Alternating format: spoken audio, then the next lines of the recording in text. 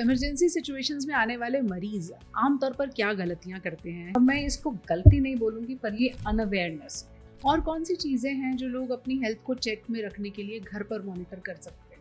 ऐसे टाइम पे हमें ये फील होता है कि काश ये पेशेंट हमारे पास पहले आ गया होता तो हो सकता है आउटकम बहुत डिफरेंट। विंटर की मंथ्स में नॉर्मली ब्लड प्रेशर राइज करना शुरू होता है, तो विंटर्स में इतना बीपी क्यों बढ़ जाता है? तो उसमें ब्लड प्रेशर्स ऑटोमेटिकली बढ़ जाते हैं। कई बारी हम जो को गैस सोचते हैं वो हॉस्पिटल आते हैं और हमें फुल ब्लोन हार्ट अटैक मिलता है। तो अगर आपकी शुगर्स कंट्रोल नहीं है तो आपको हार्ट अटैक के चांसेस ज़्यादा हैं, स्ट्रोक के चांसेस ज़्यादा हैं। किसी भी हॉस्पिटल का सबसे अहम हिस्सा और सबसे खतरनाक शब्द होता है इमरजेंसी।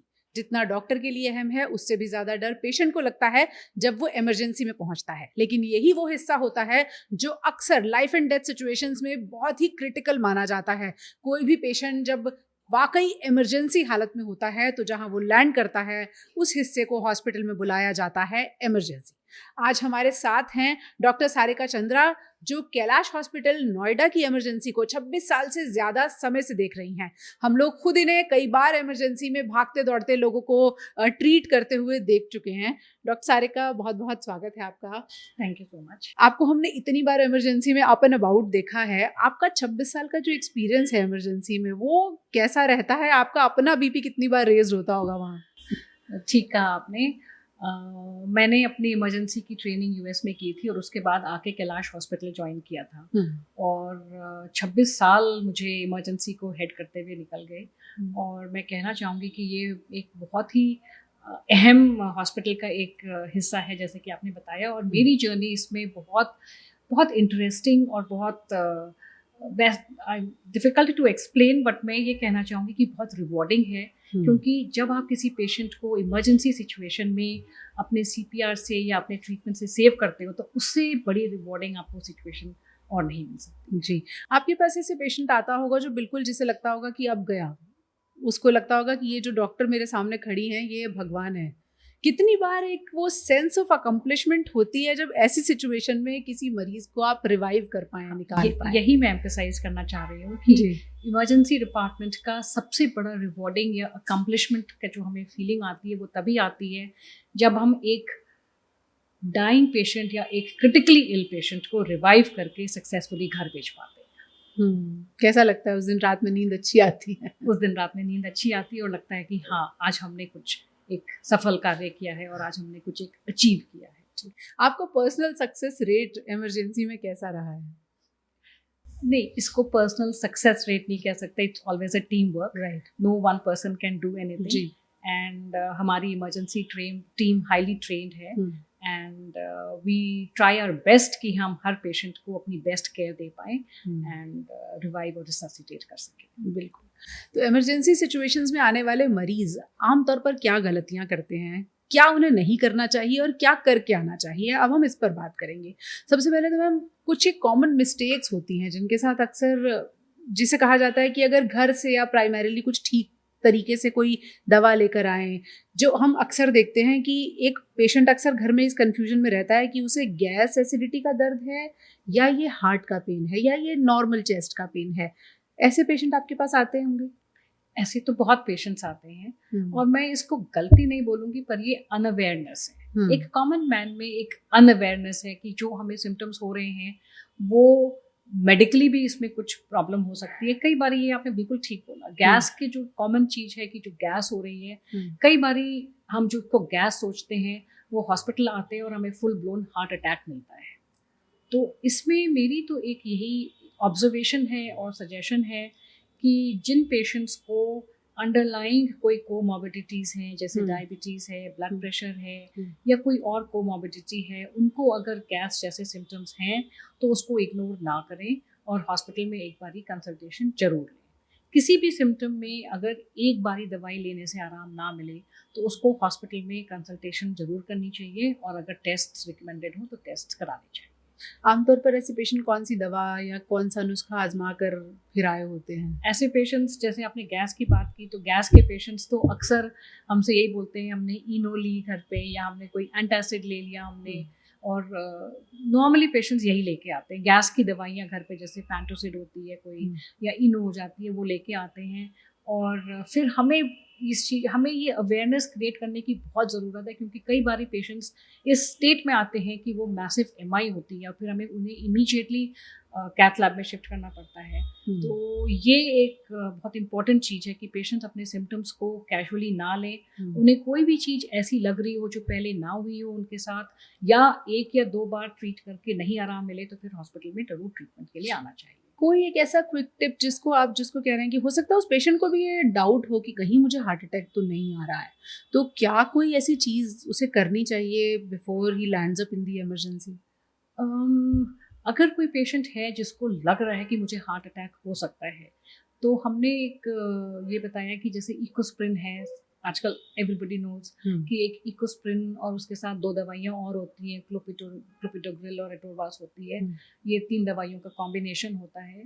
जो मेरी रिकमेंडेशन है कि अगर कोई पेशेंट है जिसको ये महसूस हो रहा है, जैसे मुझे स्वेटिंग हो रही है, चेस्ट में कोई डिस्कम्फर्ट है, हॉस्पिटल पहुंचने में 10-15 मिनट लग सकते हैं, तो अगर घर पे ये दवाई ले ली जाती है तो it can prove very beneficial and delay the onset of the heart attack. I think ऐसा मरीज जब हॉस्पिटल में आता होगा तो फर्स्ट लाइन ऑफ ट्रीटमेंट या इमीडिएटली उसके साथ जो भी किया जाता होगा उसमें यही दवाएं दी जाती होंगी। हाँ, this is called the loading dosage जिसको हम बोलते हैं। तो इसी से हम पेशेंट को लोड करते हैं जब इमरजेंसी में पेशेंट आते हैं। तो अगर पेशेंट को फैमिली हिस्ट्री है, या पेशेंट को डायबिटिक है, पेशेंट हाइपरटेंसिव है और चेस्ट पेन के सिम्टम्स होते हैं, तो जितने जल्दी पेशेंट को ये दवाई मिल जाए जो हम लोडिंग डोज बोलते हैं, that will be very beneficial for the patient. Okay, but बहुत सारे पेशेंट्स कई बार अवेयर नहीं होते।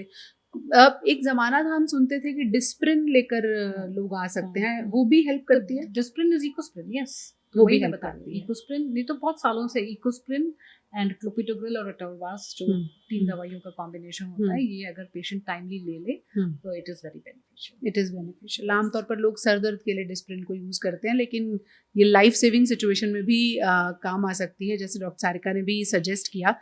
तो जब ये इस तरह के पेशेंट आते हैं, कई बार वो ये सोचते हैं कि अरे नहीं इतनी जल्दी हॉस्पिटल जाने की ज़रूरत नहीं है। जब डिलेड आते हैं पेशेंट, बहुत ज़्यादा लेट आए, ऐसे में कितना मुश्किल हो जाता है और कितना चैलेंजिंग हो जाता है कि इमरजेंसी से उन्हें स्टेबलाइज करके पहुंचाया जाए आईसीयू तक।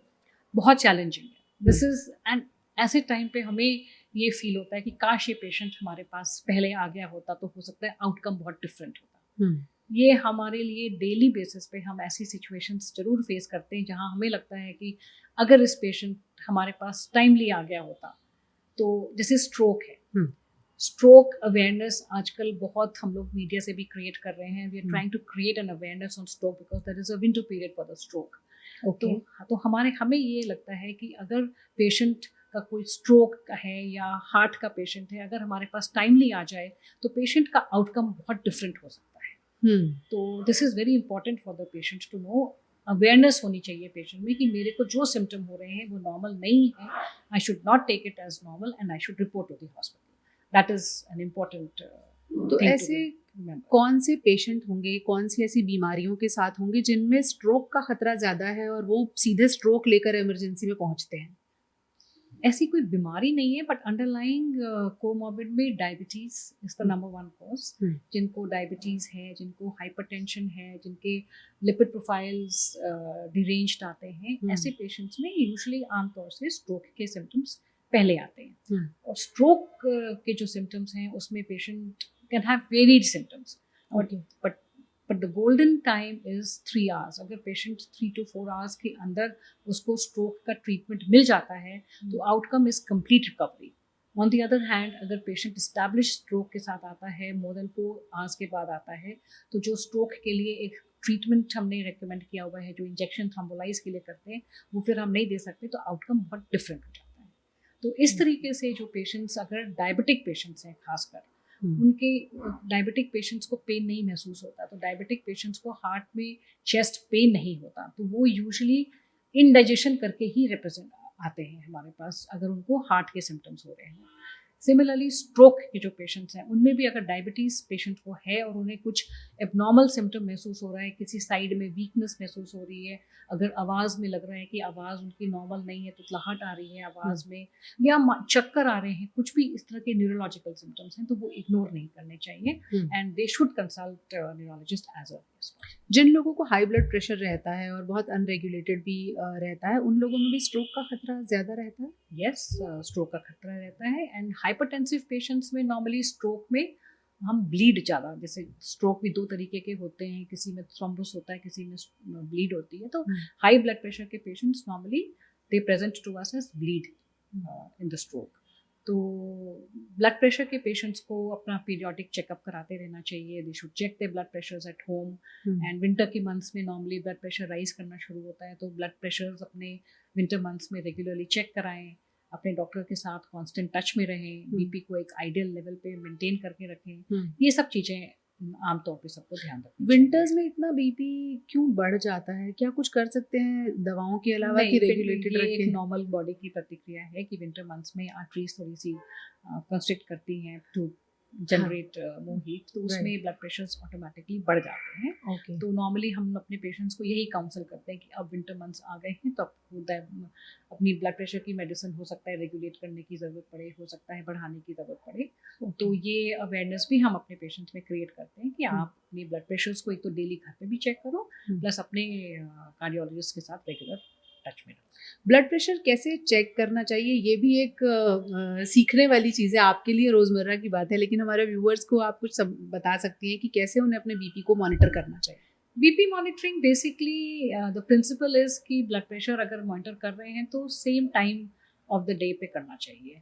नॉर्मली मॉर्निंग में और इवनिंग में करना चाहिए। एंड मॉर्निंग का बीपी एंड इवनिंग का बीपी भी वेरी कर सकता है, because there is a diagonal variation.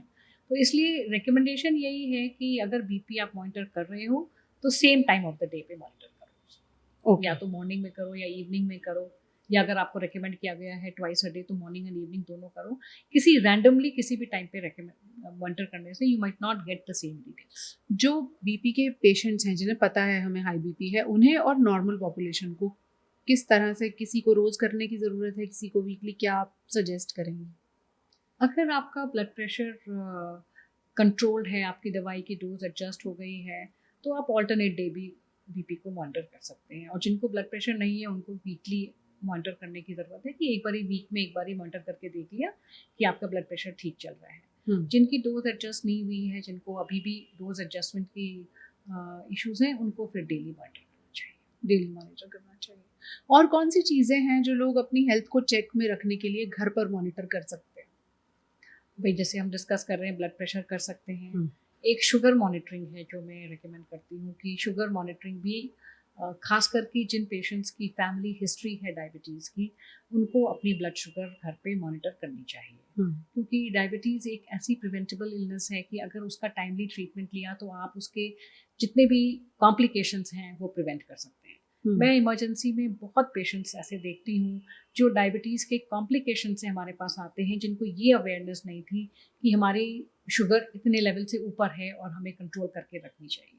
So are you saying diabetes के पेशेंट इमरजेंसी में लैंड करते हैं? डायबिटीज़ के पेशेंट्स, यस, मैंने बताया हार्ट अटैक के जो पेशेंट्स होते हैं उनको यूजुअली अंडरलाइंग डायबिटीज़ होती है। Most of them are uncontrolled diabetics.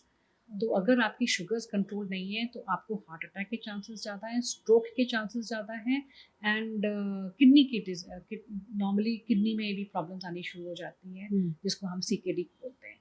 तो कॉमनली जो हम मोस्टली स्ट्रोक और हार्ट के पेशेंट्स देखते हैं उसमें अंडरलाइंग डायबिटीज़ होती है। तो इसलिए मैं ये एम्फसाइज बहुत करती हूँ अपने पेशेंट से कि अगर आपकी फैमिली में किसी को डायबिटीज़ है तो you should start monitoring your blood sugars. और अगर आपको खुद डायबिटीज़ है तो फॉलो अ स्ट्रिक्ट रेजीम जो आपको एडवाइस किया गया है। Try to keep your sugars under control. उसको इग्नोर मत करिए कि बाद में हो जाएगी, उसको वो बिल्कुल मत करिए, क्योंकि जो उसका एक एंड कॉम्प्लिकेशन होता है that is that is not reversible. अगर किसी को किडनी प्रॉब्लम हो गई because of diabetes, that is not reversible. तो वो हम इमरजेंसी में जब उन पेशेंट्स को देखते हैं तो हमें बहुत अनफॉर्चुनेट लगता है कि अगर इस पेशेंट ने अपनी शुगर्स को कंट्रोल कर लिया होता तो ये जो एंड कॉम्प्लिकेशंस हैं like stroke, heart and kidney problems could have been prevented. तो इंडिया का अपना डेटा ये कहता है कि 8.5 करोड़ से ज़्यादा डायबिटिक्स हैं और तकरीबन 13 करोड़ प्री डायबिटिक्स हैं। बाकियों का पता नहीं उनका क्या सिचुएशन है। तो किस समय पर मॉनिटरिंग की ज़रूरत, जो पेशेंट हैं उनको किस तरह से मॉनिटर करनी चाहिए, जो नहीं है, जिन्हें पता ही नहीं कि हमें नहीं है, उन्हें भी करनी चाहिए क्या डायबिटीज़ मॉनिटर? हाँ करनी चाहिए, जिसको हम प्रिवेंटिव हेल्थ चेकअप्स एडवाइस करते हैं। जैसे यंग पॉपुलेशन है, उनको अभी कोई प्रॉब्लम नहीं है, but they should undergo regular preventive health checkups. आजकल हर जगह पे प्रिवेंटिव हेल्थ चेकअप के पैकेजेस मिलते हैं, तो you should avail those packages, get your health checkup done. कभी कभी ऐसी चीज़ें होती हैं जो प्रिवेंटिव हेल्थ चेकअप में ही पता चल जाती है कि अच्छा हमें अंडरलाइंग प्री डायबिटिक है। हम नॉर्मली प्री डायबिटिक्स जो पिकअप होते हैं वो हेल्थ चेकअप जब कराते हैं अपना, तभी पता चलता है उनको कि आई एम प्री डायबिटिक। तो आई वुड रिकमेंड कि सबको अपना प्रिवेंटिव हेल्थ चेकअप कराना चाहिए, so that you become aware of something that you don't have. Plus जिनकी फैमिली हिस्ट्री है, पेरेंट्स दोनों डायबिटिक हैं, पेरेंट्स दोनों हाइपरटेंसिव हैं, ब्रदर सिस्टर कोई डायबिटिक हाइपरटेंसिव है, then you should be more careful and monitor your sugars at home and undergo the health checkups periodically. करवाने चाहिए। ओके। बर्न्स के पेशेंट भी इमरजेंसी में सबसे पहले बर्न्स के पेशेंट्स इमरजेंसी में सबसे पहले आते हैं। सबसे पहले आते हैं बर्न्स के पेशेंट को, जहाँ पर भी वो हैं, जिस भी बर्न से, उनको क्या करना चाहिए और क्या नहीं करना चाहिए? बर्न में हमने जो खासकर बर्न के पेशेंट्स जो हम देखते हैं, जो वो उनका ये होता है कि आइस भी उनको नॉर्मली, जैसे बर्न को ठंडक मिल जाए, राहत मिल जाए, तो वो आइस में कभी नहीं करो। नॉर्मल वाटर से पेशेंट को आप बर्न में रिलीफ ला सकते हो, बट और उसके बाद वो उस पर टूथपेस्ट या कुछ ऐसी चीज़ लगा के लाते हैं जिससे पेशेंट को रिलीफ मिल जाए। तो वो फिर टूथपेस्ट पेशेंट के बर्न पे चिपक जाता है और थोड़ा और हार्म करता है। नहीं लगानी चाहिए। तो टूथपेस्ट बिल्कुल नहीं लगाना चाहिए। आप नॉर्मल वाटर से जो भी बर्न एरिया है नॉर्मल वाटर में वो कर सकते हो, और उसके बाद जो बर्न की जो क्रीम होती है, जो silver sulphur Digene specially burn के लिए होती है, वही लगानी चाहिए, या फिर तुरंत हॉस्पिटल में लेके आना चाहिए। ओके। कुछ लोग कंबल या कपड़े का भी यूज़ करते हैं, वो किस तरह का? वो थर्मल बर्न के लिए होता है, जैसे किसी के क्लोथ्स फायर कैच कर लेते हैं। हाँ। तो थर्मल बर्न को स्टॉप करने के लिए, बंद करने के लिए, ऑक्सीजन कट ऑफ करने के लिए आप कंबल में या किसी में रैप कर सकते हो, जिससे कि ऑक्सीजन कट ऑफ हो जाए और वो फ्लेम बर्न रुक जाए। ओके।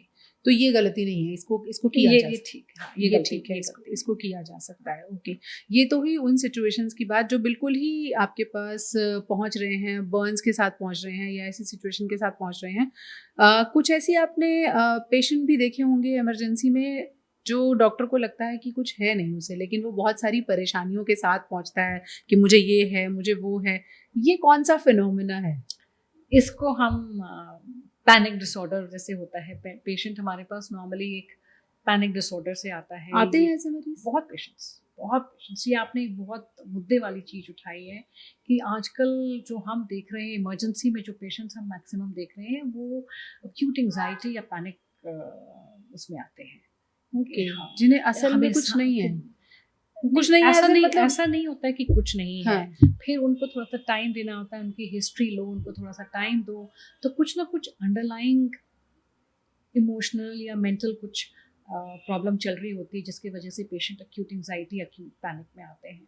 हमारे कंट्री में अभी भी मेंटल हेल्थ को उतनी वो नहीं मिली है। लोग अभी भी मेंटल हेल्थ को एक टैबू मान के चलते हैं, मेंटल हेल्थ को डिस्कस नहीं करते हैं। बट जितने भी हम पेशेंट्स इमरजेंसी में एक्यूट एंजाइटी और पैनिक में देख रहे हैं, जिनको सांस नहीं आ रही, चेस्ट में पेन हो रही है, सारे टेस्ट नॉर्मल निकल रहे हैं, वो कहीं ना कहीं अंडरलाइंग कुछ ना कुछ एक इशू चल रहा होता है, जो अगर हम पेशेंट को टाइम दें।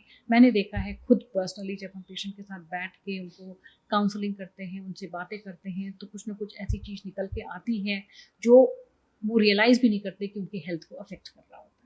और जिन फिजिकल सिम्टम्स के साथ वो आ रहे हैं, असल में वो सिम्टम नहीं है। वो एक सोमैटोफॉर्म डिसऑर्डर जिसको हम बोलते हैं, it is a somatoform disorder. वो मैनिफेस्ट करते हैं उस प्रॉब्लम को अपने इस फिजिकल डिजीज। किस तरह की शिकायतें आमतौर पर रहती हैं? क्या प्रॉब्लम्स लेकर आते हैं पेशेंट? जब इमरजेंसी में आते हैं तो बोलते हैं डॉक्टर साहब सांस नहीं आ रही, हमें सांस नहीं आ रही, हमारे चेस्ट में पेन हो रही है। बट आप उनका ECG कराओ, आप उनका सैचुरेशन देखो, सब नॉर्मल निकलता है।